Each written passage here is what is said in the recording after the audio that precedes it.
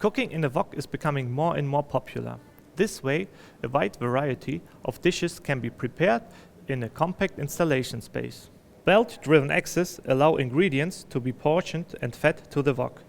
The finished dish can then be dispensed below the wok by another linear system. The wok can be pivoted via our Apiro worm gear. Igus energy chains and chain flex cables ensure the energy supply under the smallest bending radii. This is a good example for showing the wide range of possible uses for our products. Igus linear systems are characterized by their diversity.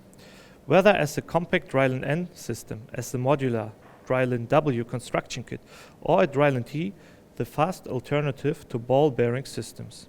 All systems run lubrication-free in dry operation and are therefore low maintenance and strongly resistant to external influences. There is no risk of corrosion, washing out of lubrication, or contamination with food.